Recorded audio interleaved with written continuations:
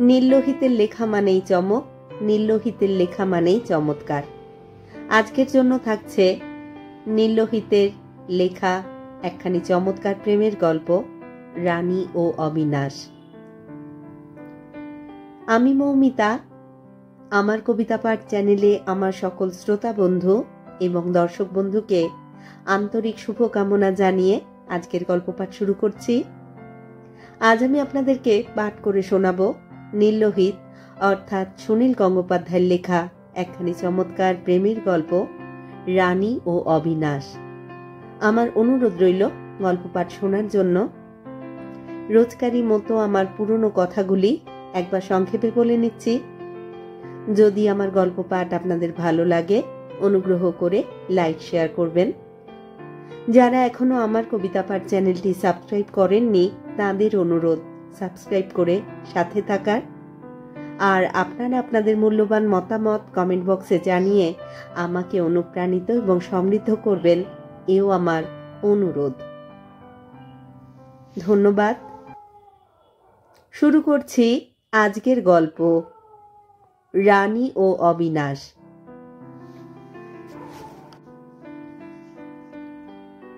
অবিনাশের চেহারাটা এমনিতেই বেশ লম্বা, পা ফাঁক করে দাঁড়ালে অনেকটা বড় ছায়া পড়ে, কিন্তু এখন ছায়াটা একটু বেশি লম্বা। রাস্তা পেরিয়ে গেছে, সকাল 10:30 বাজে। এখন সকলের ছায়া ছোট ছোট, আর একটু বাদেই বিন্দু হয়ে যাবে। অথচ অবিনাশের ছায়াটা এমন বিচ্ছিরি লম্বা হলো কি করে? রাত্রির দিকে পিছন থেকে আলো পড়লে ছায়া আপনি লম্বা হয়ে যায়, অনেক সময় অতিকায় 50-60 ফুট পর্যন্ত।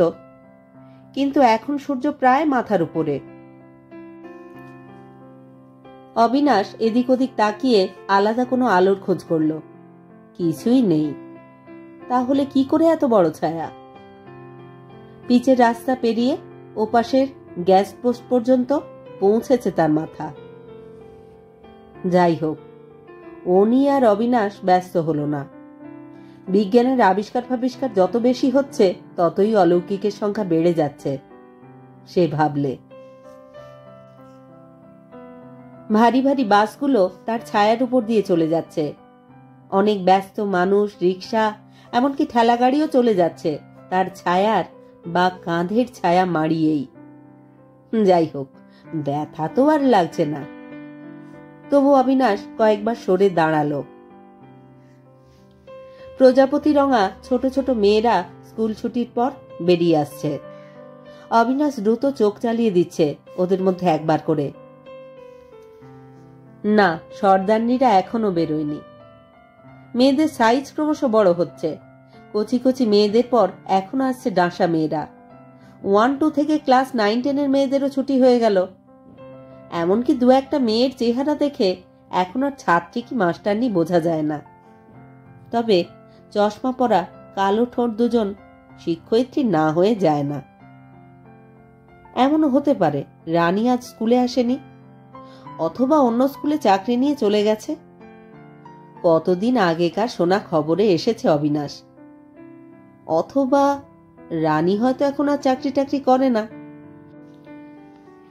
ওর স্বামীর এতদিনে যথেষ্ট পদোন্নতি হবার কথা। অফিসারদের বউদের কি আর মাস্টারি করলে মানায়? কিন্তু অবিনাশ শেষ পর্যন্ত দেখে যাবে, আর ক মিনিট। এরপরই তো দুপুরে ছেলেদের স্কুল শুরু হয়ে যাবে। সুতরাং আর বেশিক্ষণ নিশ্চিত ভিতরে বসে থাকবে না রানী, যদি স্কুলে এসে থাকে। প্রথমে যেমন জাহাজের মাস্তুলটুকু শুধু দেখা যায়, তেমনি দূরে অবিনাশ দেখতে পেল রঙিন প্যারাসোল, একটি সুডৌল হাত। মুখটা দেখতে পেলেও অবিনাশ চিনতে পেরেছে। ওই হাঁটার ভঙ্গিটা তার খুব চেনা। এখনো বেশ শৌখিন আছে দেখছি। চমৎকার কায়দায় শাড়িটা পরেছে, ফুল হাতা মিড ভিক্টোরিয়ান ব্লাউজ, শান্তিনিকেতনের চটি। স্কুলে কাজ করলে তো এসব শখ বেশি দিন থাকে না। দিদিমণি দিদিমণি দেখাচ্ছে না, যা হোক। তবে একটু মোটা হয়েছে ঠিকই। অবিনাশ এগিয়ে গেল না, আর একটা সিগারেট ধরালো। আগে চোখাচোখি হোক না। আধ ঘন্টার উপর অবিনাশ দাঁড়িয়ে আছে। লোকেরা কি তাকে লক্ষ্য করছে? পাড়ার ছোঁড়ারা না আবার আওয়াজ দেয়। যাকগে, বাসে উঠে পড়বে না তো টপ করে? রানী কিন্তু এদিকে তাকালই না, ছাতা না বন্ধ করে বাসের অপেক্ষায় দাঁড়িয়ে রইল। সুতরাং অবিনাশী এগিয়ে গিয়ে ঘুরে কোনো কথা না বলে ওর সামনে দাঁড়ালো। বললে, চিনতে পারো? এ কি, তুমি? রানী যেন খুব বেশি অবাক হয়নি, কিন্তু প্রকাশ্য রাস্তাতেই অবিনাশের হাত চেপে ধরল। এতদিনে মনে পড়ল অভাগিনীকে? একটু মায়া দয়া নেই শরীরে তোমার? মেয়েটা বেঁচে আছে কি মরে গেছে একটা খবরও নিলে না? সত্যি, কতদিন পর তোমাকে দেখলুম রানী। 5 বছর 8 মাস। অবিনাশ চমৎকৃত হয়ে গেল। রানী কি প্রতিটি দিন প্রতিটি মাস গুনেছে নাকি, না টপ করে যা মুখে এলো বলে দিল? পরে মিলিয়ে দেখতে হবে শেষ কবে দেখা হয়েছিল। সেই আলিপুরের ট্রামে, না শশাঙ্কর বিয়ের সময়, নাকি? যাকে যাক। রানী ওর বাহু ছুঁয়ে আছে। অবিনাশেরও ইচ্ছে করল রানীর কাঁধে হাত রাখে, কিন্তু এইভাবে রাস্তায় ওর ছাত্রী ভাত্রী বোধহয় দেখে অবাক হবে। থাকে। তুমি কেমন আছো রানী? ভালো নেই, তোমার জন্য সবসময় মন কেমন করে। বলেই রানী হেসে ফেলল। তারপর হাসতে হাসতে দুষ্টুমির হাসি গোপন করতে না পেরে বলল, বিশ্বাস হলো না তো? সত্যি কিন্তু।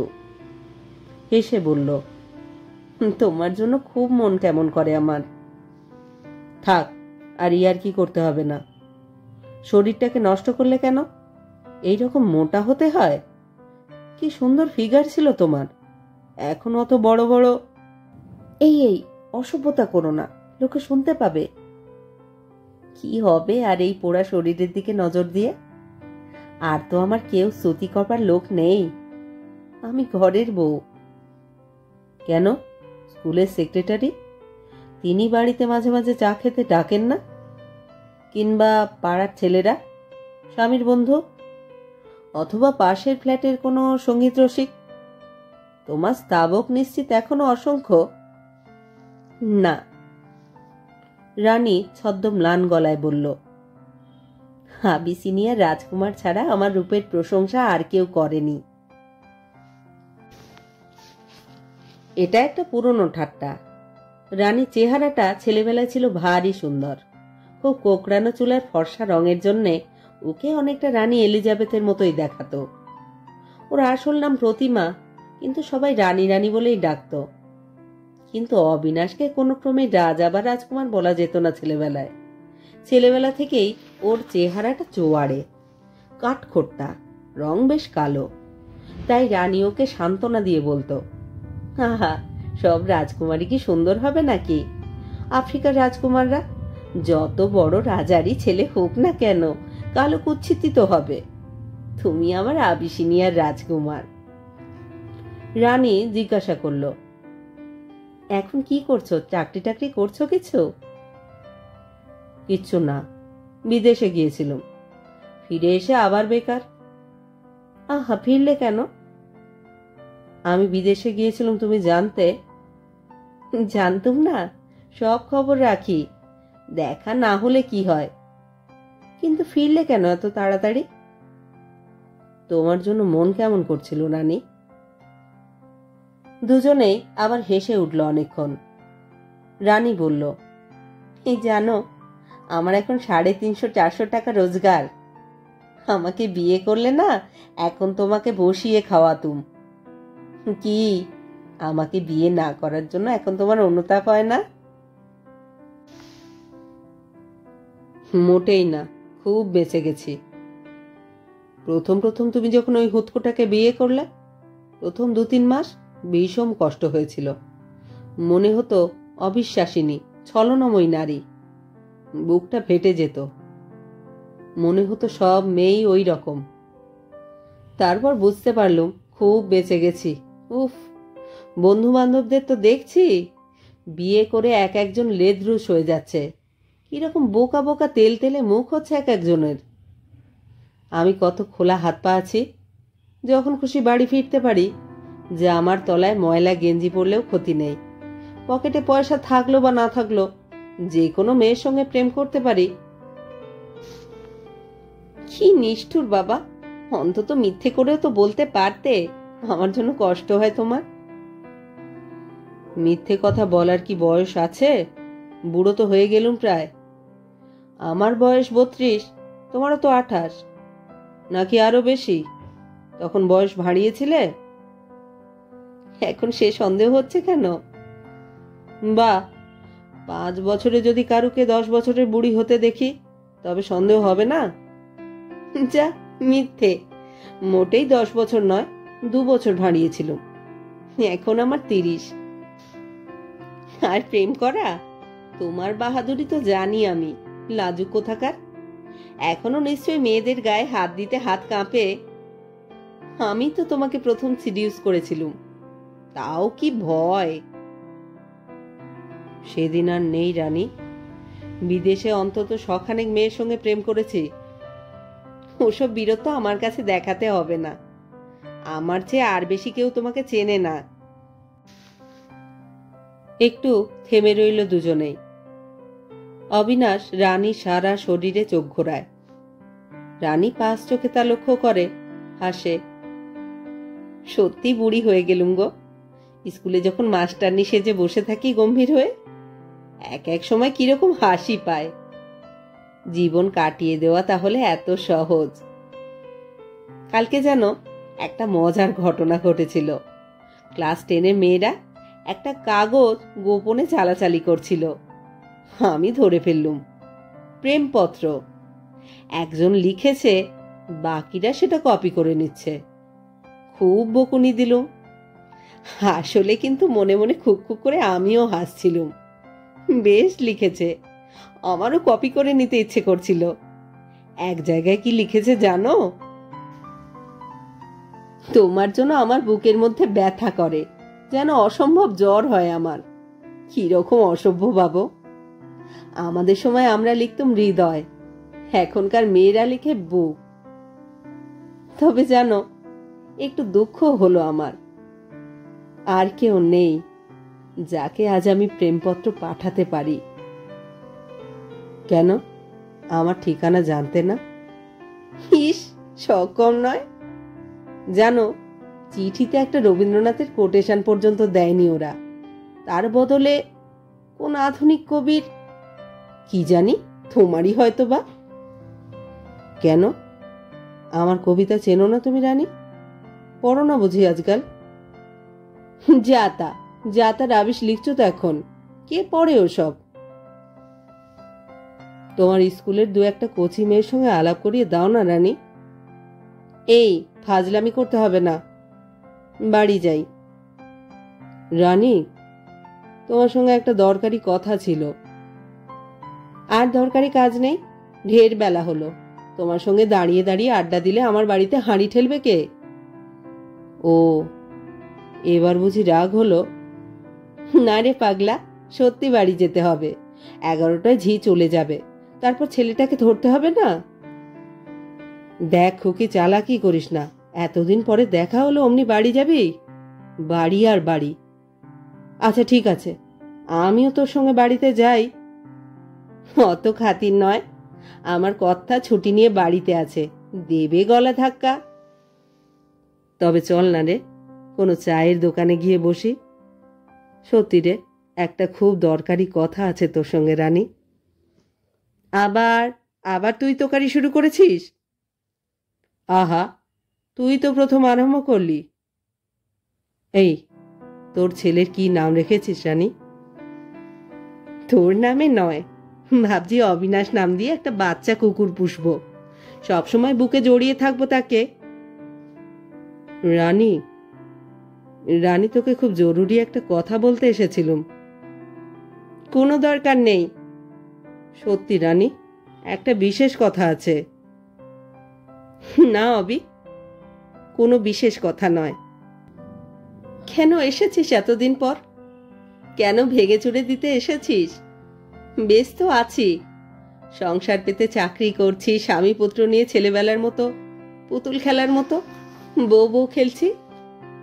তুই চাস কি সব টান মেরে ফেলে দিয়ে আবার?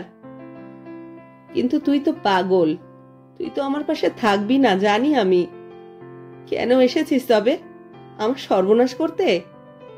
তুই যা।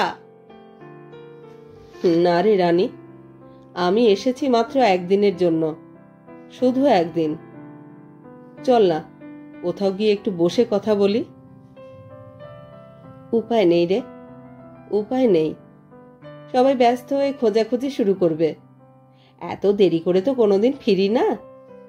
ওই বাসটায় উঠি চল। একটু দাঁড়া। আচ্ছা, মনে কর খুব ট্রাফিক জ্যাম, বাসে ওঠার কোনো ক্রমে উপায় নেই, তাহলে কি করতিস? দেরি তো হতোই। তাহলে হেঁটেই চলে যেতাম। আচ্ছা বেশ, চল হেঁটেই যাই। এইটুকু সময় তোকে একটা কথা বলি। এখনো তো শীত যায়নি, রোদ্দুরে তাত নেই, চল না হাঁটি। অবিনাশ এতক্ষণ লক্ষ্য করেনি যে রানী ওর ছায়ার উপর দাঁড়িয়ে আছে। বস্তুত সূর্য এখন মাথার কাছে এসেছে, স্বাভাবিক এবং ছোট হয়ে গেছে অবিনাশের ছায়া। অবিনাশ ঘুরে এসে রানীর ছায়ার উপরে দাঁড়ালো। দাঁড়িয়ে বেশ আরাম পেল।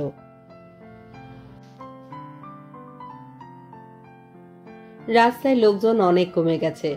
কোথায় পরের বাড়ি জলের দরে নিলাম হচ্ছে, অধিকাংশ লোকই সেখানেই ছুটে যাচ্ছে। সন্দেহ কি? দুজনে দুজনের ছায়া সরিয়ে হাঁটতে লাগলো। রানী ও রঙিন ছাতাটা অল্প অল্প দোলাচ্ছে। অবিনাশ ওর সুন্দর কারুকাজ করা হাত ব্যাগটা টেনে নিয়ে বলল, দেখি কি আছে। ঠোঁট উল্টে রানী বলল, কিছুই নেই, কি আর থাকবে, বাড়ি থেকে স্কুল আর স্কুল থেকে বাড়ি যাই, কটা খুচরো পয়সা আছে। ভেবেছিলাম কটা টাকা চুরি করব। এক সময় তো অনেক চুরি করেছো বাপু। তা সত্যি, অনেক টাকা নিয়েছি তোর কাছ থেকে রানী। কেন আজ দেরি করিয়ে দিলি বলতো? এতক্ষণে কবে বাড়ি পৌঁছে যেতুম। সত্যি তোর ইচ্ছে করছে না? সত্যি ইচ্ছে করছে না রানী আমার সঙ্গে থাকতে? এক সময় তো আমার সঙ্গে দেখা করার জন্য ছটফট করতিস। ছেলেবেলায় ওই রকম হয়। আগে তো বৃষ্টির জন্য ছটফট করতুম রে, এখন বৃষ্টি পড়লে বিরক্ত লাগে। অবিনাশ গম্ভীর গলায় ডাকল, রানী।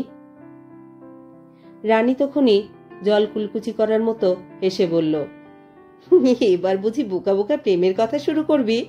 এই খবরদার, এখন আর কচি খুকিটি নেই যে ভোলাতে পারবে। কবেই বা তোকে ভোলাতে পেরেছি রানী? ছেলেবেলা থেকেই তো তুই পাকা একটি, প্রেমের কথা তো তুই আমাকে শিখিয়েছিস। এই তোর ওপরের ঠোঁটে পাতলা পাতলা ঘাম জমেছে, খুব ইচ্ছে করছে একটা চুমু খাই। এতক্ষণ কথা বলছি তোর সঙ্গে, অথচ একটাও চুমু খাইনি তোকে। এরকম আগে কখনো হয়েছে বল? তবে আর কি, রাস্তার মধ্যে শুরু করো, 1000টা ক্যামেরায় ছবি উঠুক। ওই জন্যই তো বলছিলাম কোথাও গিয়ে বসি। ইস, কোথাও বসলেই যেন দিতাম আর কি। এখন থেকে কোথাও বসলে আমরা বসবো টেবিলের দুপাশে। দেখিস চেষ্টা করে। তোর স্বামী যখন থাকবে না, দুপুরে একদিন বাড়িতে গিয়ে হাজির হব। শাশুড়ি থাকে। থাকুক, শাশুড়ি যেদিন গঙ্গায় স্নান করতে যাবে আমি তককে তকে থাকবো। আমি দরজায় খিল দিয়ে থাকবো, খুলবো না। কেন খুলবো? তুই আমার কে? আমি জলের পাইপ বেয়ে উঠবো? কেন? তুই আমার কে? আমি তোর সর্বস্ব। তুই তো বলতিস জানি আমি তোর সর্বস্ব। ইস, কোথাকার সর্বস্ব রে, দেখি তো মুখখানা। তুই আমাকে একেবারেই গ্রাহ্যই করছিস না রানী। আমি বিলেত ঘুরে এলুম, হাজার হোক আমি এখন একটা বিলেত ফেরত। ইস, ওরকম বিলেত ফেরত গন্ডায় গন্ডায় রাস্তায় ঘুরছে। তুই আমাকে এতদিন পরে বিলেত ফেরত দেখি ইমপ্রেস করতে এসেছিস? কি অধঃপতন রে তোর! রাস্তা থেকে একদিন জোর করে ধরে নিয়ে যাও রানী। চেষ্টা করে দেখিস, আমার গায়ে এখনো জোর আছে। তাছাড়া এমন জোরে চেঁচাবো যে রাস্তায় 1000টা লোক এসে গাঁটটা মেরে তোর মাথা ফাটিয়ে দেবে। বেশ হবে। ওসব লোক ফোক আমাকে দেখাসনি রানী। আমি অবিনাশ মিত্তির, ছেলেবেলা থেকেই গুন্ডা। একটা গাড়ি নিয়ে এসে চলতি রাস্তা থেকে তোকে টেনে তুলে নিয়ে যাব। নিয়ে গিয়ে কি করবি? তোর পায়ের তলায় আমার মুখ ঘষব। রানী হঠাৎ থেমে গিয়ে বলল, এখনই ঘষ না, এই যে দাঁড়িয়েছি, লোকে দেখো, ক্ষতি নেই। তারপর তোর মুখও ঘষবি আমার পায়ে?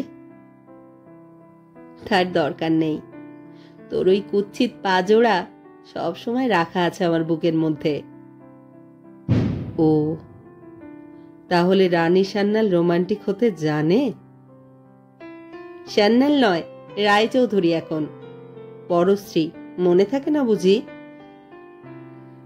বাহ, পরশ্রী, পরশ্রী। আয় না রানী, আমরা লুকিয়ে লুকিয়ে অবৈধ প্রেম করি। পরকীয়া প্রেম খুব ফার্স্ট ক্লাস, জানিস? আহা, অবৈধ প্রেমী যদি করব তবে পুরনো প্রেমিকের সঙ্গে কেন? আমি বুঝি নতুন একজন জোগাড় করতে পারি না?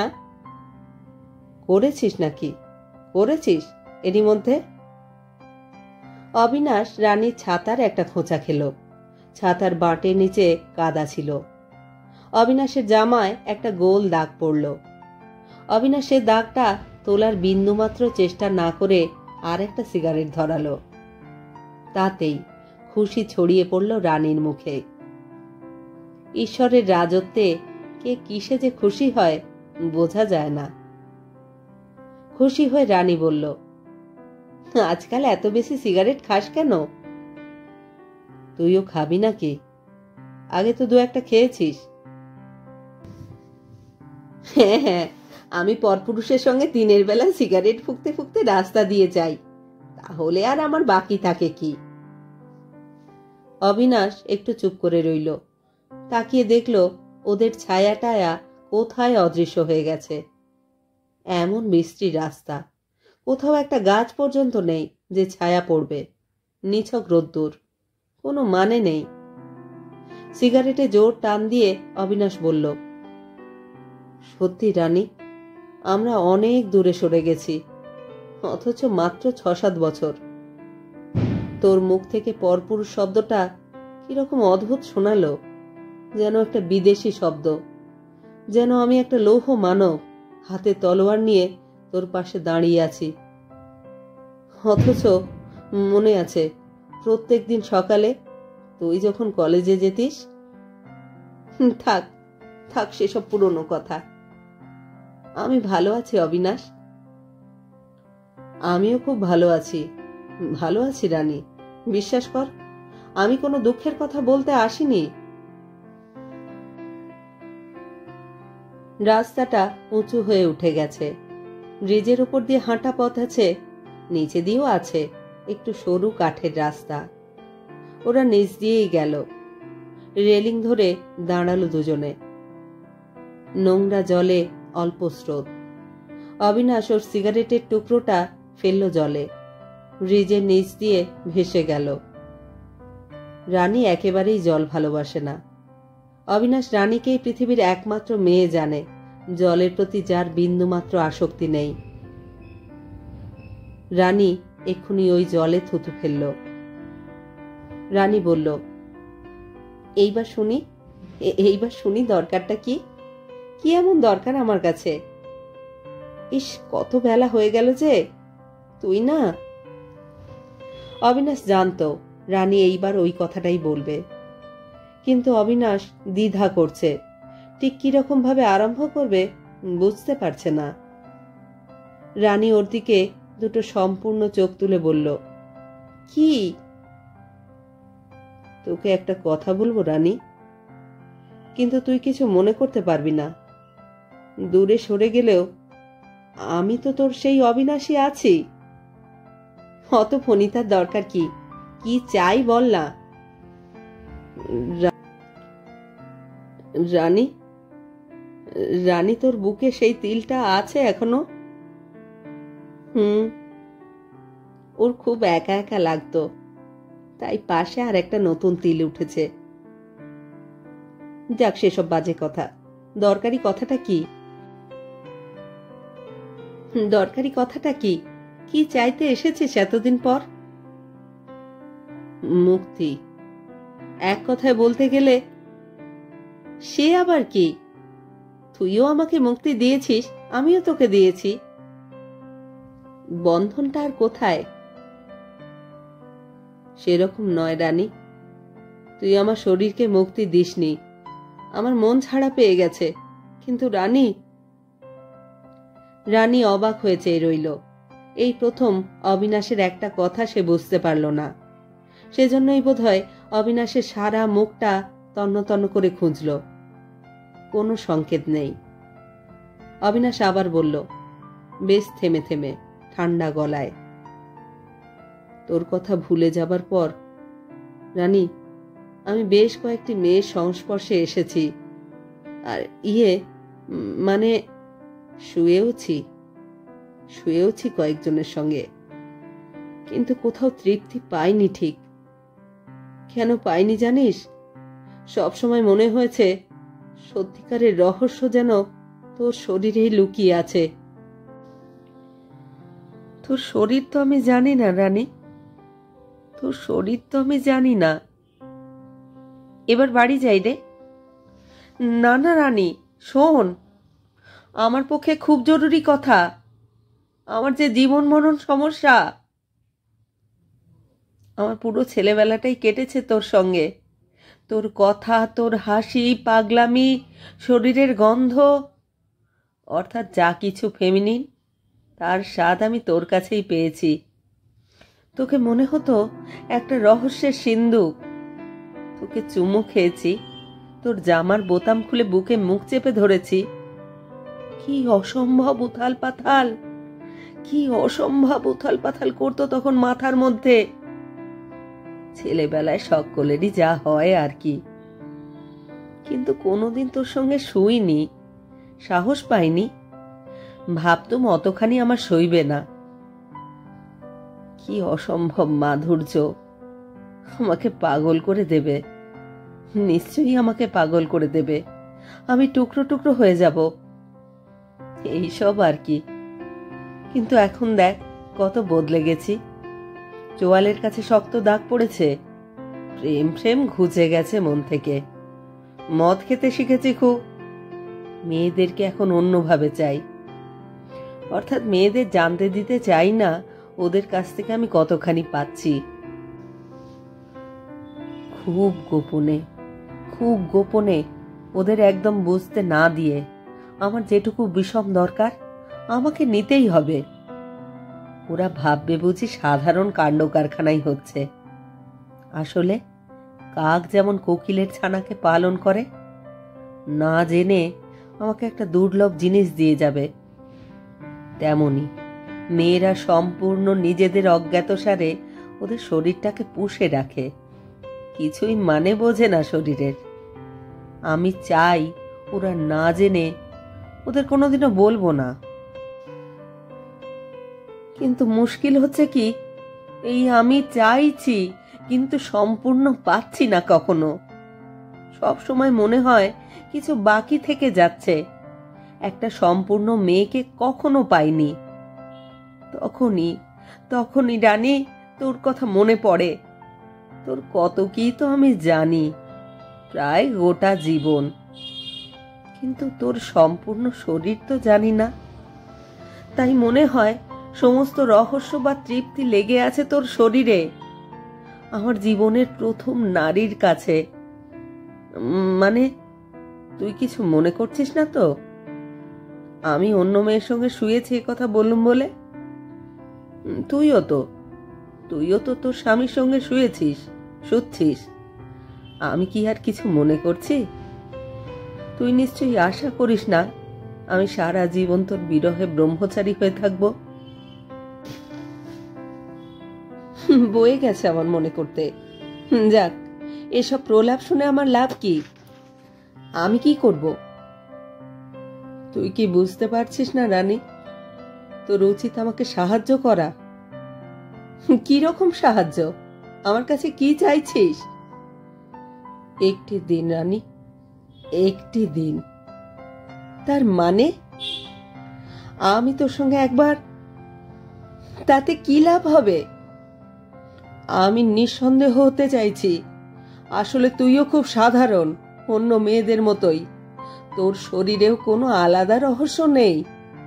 তোকে হারিয়ে অন্য মেয়েকে পেলেও আমি আসলে একটা সম্পূর্ণ মেয়েকেই পাবো, তার বেশি আর কিছু পাবার নেই।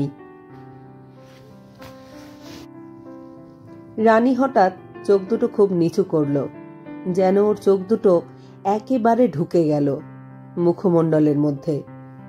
কপালের নিচে আর কিছু নেই, সাদা। সেই রকম ভাবেই বলল, অসভ্য, ইতর কোথাকার, কেন এসেছিস? অবিনাশ বিষম অবাক হয়ে গেল। একটু দ্বিধা করে আলতোভাবে রানীর কাঁধে একটা হাত রেখে বলল, এ কি রানী, তুই রাগ করেছিস? রাগ করছিস কেন? আমি কিন্তু তোকে আঘাত করার জন্য কিছু বলিনি। আসলে আসলে ভেবে দেখ, আমরা দুজনেই তো খুব সাধারণ, অন্যদেরই মতো। আমি শুধু নিঃসংশয় হতে চাই। রানী ফুঁসে উঠে বলল, না, আমি সাধারণ নই, আমি অসাধারণ, আমি অসাধারণ। এটা তো ছেলে মানুষই রানী, আমাদের তো এত বয়স হলো, এখন তো আমরা জানি, এখন তো আমরা সব জানি রে। তোকে না পেলে আমি সবটুকু রহস্য পাবো না, এ কি সম্ভব? এ কি সম্ভব নাকি? হ্যাঁ হ্যাঁ, তাই। তুই যেখানেই যা তৃপ্তি পাবি না, তোর প্রাণ একটা কৌটোয় পোড়া ভ্রমণের মতো হয়ে আমার কাছেই থাকবে। আমি তোকে কিছুতেই মুক্তি দেব না, দেব না মুক্তি। ওসব কিছু না রানী, জীবন অন্য রকম। মানুষ বিষম ভুলে যেতে পারে, অনেক বদলে যেতে পারে। তুই একবার, তারপর তারপর আমার কি হবে? একজন মাত্র মানুষের কাছেও আমি অসাধারণ হয়ে থাকবো না? অবি, তোকেও তো আমি সম্পূর্ণ পাইনি। একদিন পেয়ে যদি দেখি তুইও সাধারণ আমার স্বামীরই মতো, তাহলে আর আমার জীবনে কি রইল? তোকে দেখলে এখনো আমার বুক কেঁপে ওঠে। আজ যখন প্রথম দেখলাম, বিষম রক্ত ছলাৎ করে উঠল। যদি দেখি তুইও, তাহলে আমার এই চাকরি করা, স্বামীর সংসার, ছেলে মানুষ করা সবই ব্যর্থ হয়ে যাবে না? আমার আর কি থাকবে তাহলে? আমার একটিও না দেখা স্বপ্ন থাকবে না? একজনের কাছে অন্তত রানী হয়ে থাকবো না আমি? আমার জীবনে থাকবে না একজন অদেখা রাজকুমার, আমার আভি সিনিয়র রাজকুমার? না আবি, আমি সবকিছু জানতে চাই না। তুই যা, তুই দূর হয়ে যা, তুই দূর হয়ে যা। কিন্তু জানাই তো ভালো রানী, নিশ্চিত হবার মতো এমন তৃপ্তি আর নেই। জীবন শেষ করার আগে জেনে নিতে হবে জীবনে আমার কি কি প্রাপ্য ছিল। রহস্যের ভাবনায় কাটানো খুব কুৎসিত। ভেবে দেখ রানী, রহস্যের ভাবনায় কাটানো খুব কুৎসিত। তুই আর আমার সামনে আসিস না অবি, কোনোদিন আসিস না, কোনোদিন না। আর সবচেয়ে ভালো হয় যদি তুই এখনই মরে যাস, তাহলে তোকে জেনে ফেলার কোনো ভয়ই আর থাকে না। তাহলে তোকে আমি চিরকাল ভালোবাসতে পারবো। তুই ভুল করছিস রানী, ওকে ভালোবাসা বলে না। কি দরকার এমন ভালোবাসার? ভালোবাসা ছাড়াও জীবন সুন্দর কেটে যেতে পারে। বড় কথা হলো জানা, যদি তোকে আমি তোকে আর সহ্য করতে পারছি না অবিনাশ, আমি তোকে আর সহ্য করতে পারছি না। তুই এখনই আমার চোখের সামনে থেকে সরে যা। আমি তোর চোখে আমি ফের পাগলামি দেখতে পাচ্ছি। তোর জন্য আমার মায়া হয়। পাশ দিয়ে যে সমস্ত লোক হেঁটে যাচ্ছে তারা কিছুই বুঝছে না, এমন শান্তভাবে কথা বলছে রানী। কিন্তু ওর মুখের একটি সামান্য রেখা দেখেও বোঝা যায় ও দাঁড়িয়ে আছে ক্রুদ্ধ বাঘিনীর মতো। অবিনাশ সত্যি বুঝতে পারছে না হঠাৎ রানী কেন এমন রাগ করল। রানীর ওপর কত জোর ছিল, কত হুকুম করেছে এক সময়। ওর কথায় রানী একবার এক হাত চুল নিজের কেটে ফেলেছিল। কলেজের মাইনের টাকা দিয়ে দিয়েছিল অবিনাশকে, আজ একটা সামান্য কথায়। অবিনাশ বললে, আমি ঝোঁকের মাথায় বলছি না রানী, অনেক ভেবেচিন্তে এসেছি।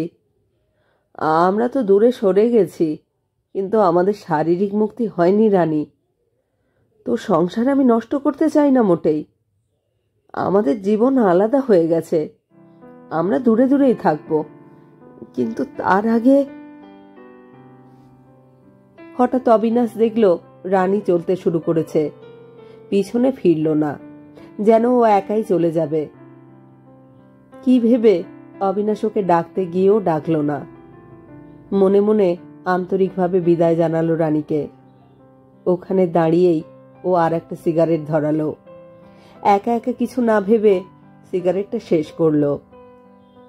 সত্যি সেইটুকু সময় ওর কিছু মনে পড়ল না। রানীর কথা তো নয়ই। সম্পূর্ণ সাদা মনে নিচের ময়লা জলের স্রোত দেখল। পকেটে হাত দিয়ে একবার খুচরো পয়সাগুলো গুনে দেখল অনাবশ্যক।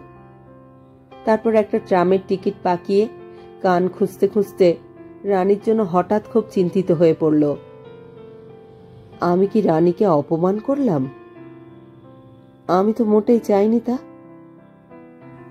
আসলে যত বয়স বাড়ছে রানী ততই ছেলে মানুষ হয়ে যাচ্ছে। আবার বছর 5 বাদে রানীকে এই কথাটাই বুঝিয়ে বলা যায় কিনা ভেবে দেখতে হবে। অবিনাশ পরে ভেবে দেখবে।